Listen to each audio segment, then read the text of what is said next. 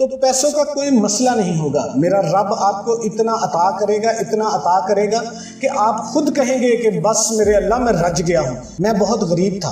پھر ایک فقیر نے مجھے بتایا کہ اللہ کے نام کی تسبیح اس طریقے سے پڑھ لو اور اپنی جھولی پر پھونک مار دو، عمل کرنے کی دیر ہے۔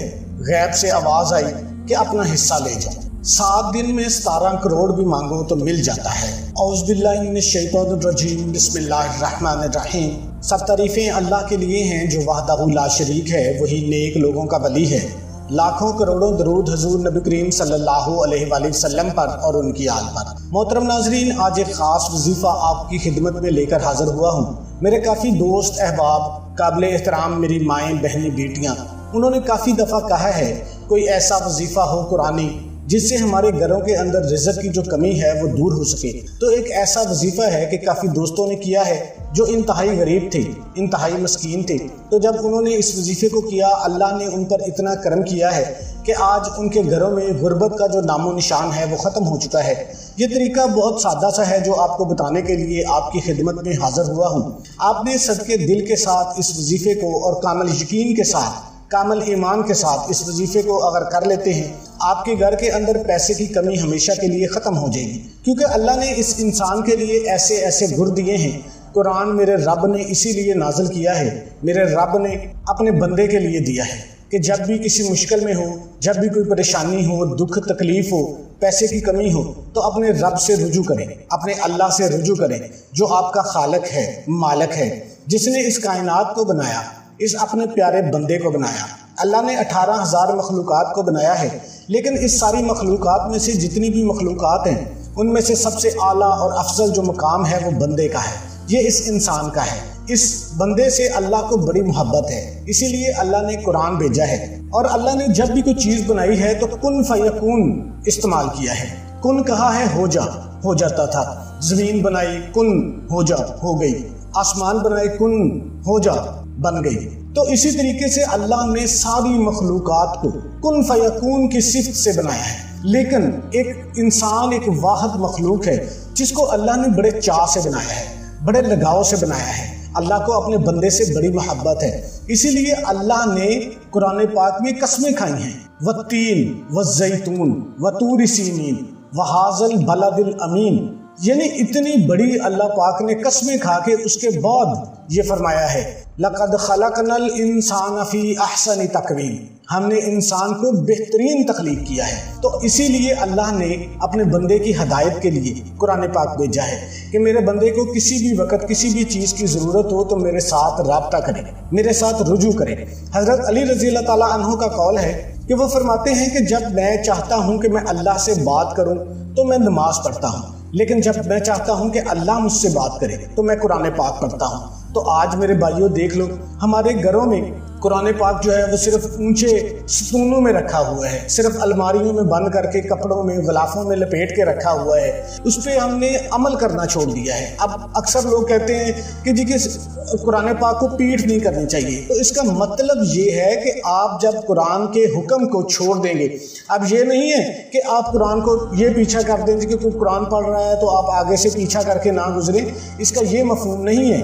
یہ بھی اس کا ادب تو ہے کہ آپ اس کو پیچھا نہ کریں، لیکن اس کا جو اوریجنل مطلب ہے وہ یہ ہے کہ آپ قرآن کی جو باتیں ہیں ان پہ عمل کریں، جو اللہ نے احکامات دیے ہیں ان پہ آپ عمل کریں۔ اگر آپ ان پہ عمل نہیں کرتے تو آپ قرآن کو پیچھا دکھا رہے ہیں، آپ اللہ کی نافرمانی کر رہے ہیں۔ اب اللہ نے قرآن پاک میں واضح فرمایا ہے کہ شیطان جو ہے وہ تمہارا کھلا دشمن ہے، وہ آپ کو اس سے دور رکھے گا، آپ کو اللہ سے دور رکھے گا، آپ کو قرآن سے دور رکھے گا، آپ کے ذہن میں ایسی ایسی باتیں لے کے آئے گا، آپ کا ایمان خراب کرے گا، آپ کا یقین جو ہے وہ تزلزل کرے گا، تو وہ خود بھی اس دنیا میں اور آخرت میں بھی ذلیل و خوار ہوگا، اور اسی طریقے سے وہ ذلیل و خوار ہو کے جہنم کے گڑھوں میں گر جائے گا، اور انسان کو بھی وہ جو ہے دنیا میں بھی ذلیل و خوار کرے گا، آخرت میں بھی ذلیل و خوار کرے گا۔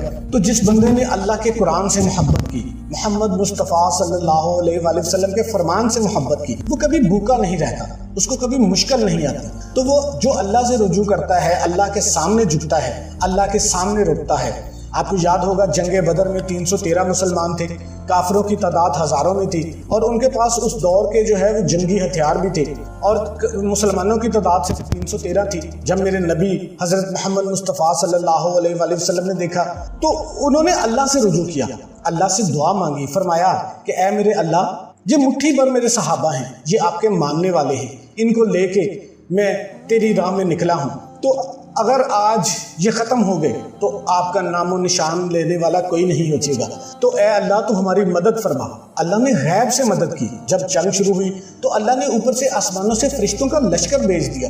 یہ ایمان کی طاقت ہے، یہ یقین کی طاقت ہے، اور سب سے زیادہ جو ایمان ہے اور سب سے زیادہ جو یقین ہے وہ میرے نبی کا تھا، اور میرے اللہ نے میرے نبی کو کبھی بھی مشکل میں نہیں چھوڑا۔ تو محترم ناظرین، جس بندے نے بھی کلمہ پڑھ لیا لا الہ الا اللہ محمد الرسول اللہ، تو میرے ماؤں بہنوں بیٹیوں، یہ قرآن بڑی ایک طاقت کا نام ہے۔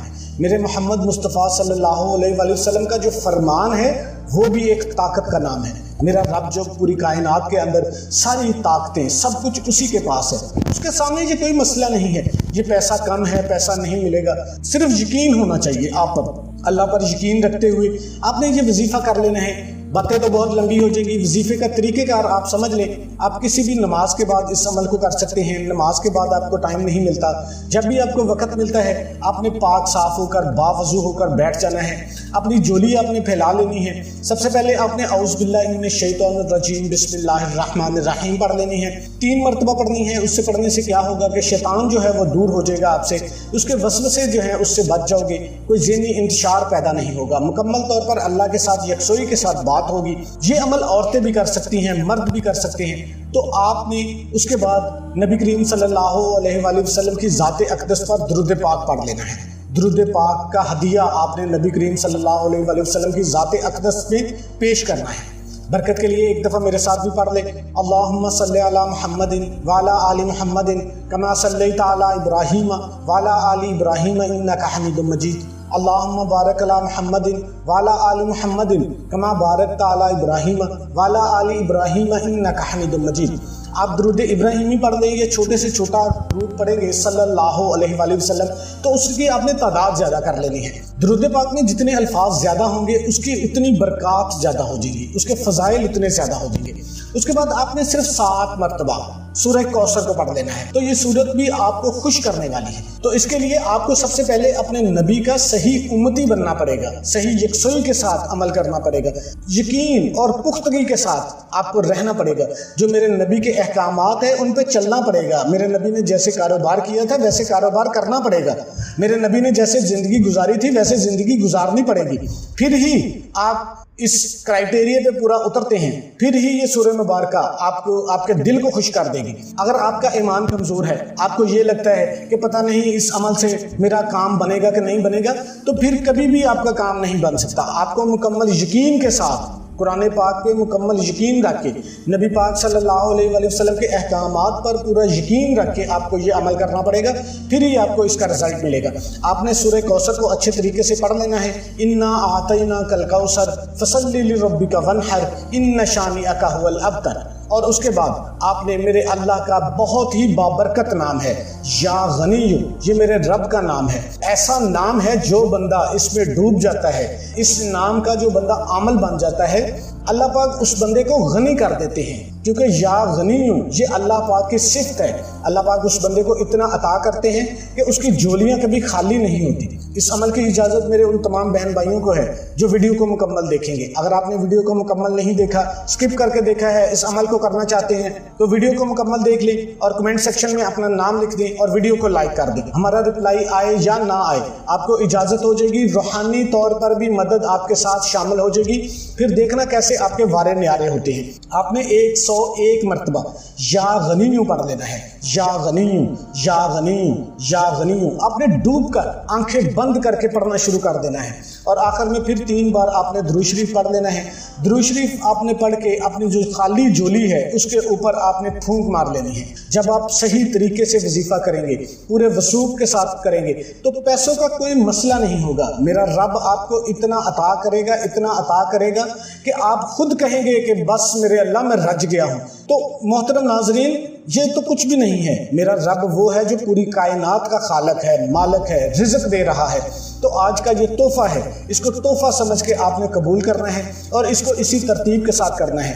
آپ نے اس کے بعد اللہ پاک سے گڑ گڑا کر دعا مانگ لینی ہے کہ یا اللہ تو غنی ہے، دینے والی ذات تیری ہے، میری خالی جولی ہے، میں تیرے سامنے ہی پھیلاتا ہوں، میں کسی اور کا محتاج نہیں، صرف تیرا محتاج ہوں، تو وحدہ لا شریک ہے، تو دینے والا ہے، میں منگتا ہوں۔ اے میرے اللہ مجھے اتنا عطا کر دے کہ مجھے کسی غیر کے پاس جانے کی ضرورت نہ پڑے، کیونکہ دینے والی ذات تو ہے، جب تو انکار کر دے گا تو میں تو ذلیل و خوار ہو جاؤں گا۔ آپ نے اچھے طریقے سے مانگنے کا طریقہ آنا چاہیے، آپ نے اچھے طریقے سے اللہ پاک سے دعا مانگ لینی ہے، اور کوئی بھی وظیفہ نماز کے بغیر مکمل نہیں ہوتا۔ آپ نے 5 وقت کی نماز بھی لازمی ادا کرنی ہے اور اللہ کی راہ میں کچھ نہ کچھ صدقہ خیرات لازمی کرنا ہے۔ تمام دوستوں سے گزارش ہے کہ اللہ کے 99 ناموں میں سے ایک نام کمنٹ میں لازمی ٹائپ کریں۔